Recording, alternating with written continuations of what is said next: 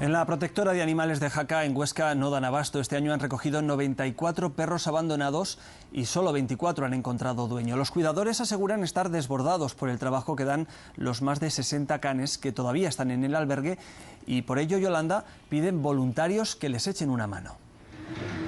Así es, Fernando. Piden voluntarios que les ayuden, por ejemplo, a recoger los perros abandonados o incluso llevarlos al veterinario. Y es que a diario en esta protectora de animales de Jaca tan solo trabajan 2 cuidadoras que, como tú bien has comentado, no dan abasto. Incluso estas 2 personas han tenido que llevarse perros a sus propias casas. Tanto Chus como Belén piden además casas de acogida. Apelan a la solidaridad de los vecinos de Jaca para que puedan acoger en sus casas a los perros enfermos, para que así la recuperación de estos animales sea en un ambiente mucho más agradable y con grandes dosis de cariño.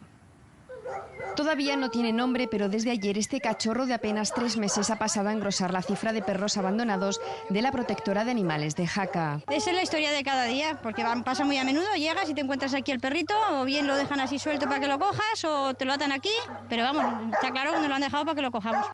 Y esta es la bienvenida que el pequeño ha recibido. Chus, al igual que su compañera Belén, son unas enamoradas de estos animales, pero reconocen que cuidar a más de 60 canes les desborda. Estamos solamente 4 y activas 2, porque las otras pues tienen mucho trabajo y pues colaboran en lo que pueden, pero aquí con los perros día a día 2, pero estamos agotadas, o sea, necesitamos ayuda.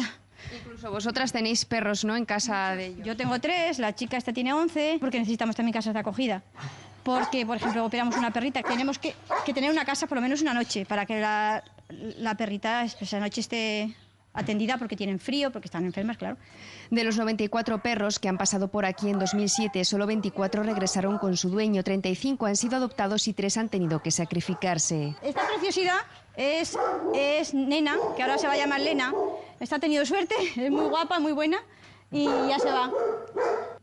Lena ya ha conseguido una familia, el resto seguirá esperando algo de cariño.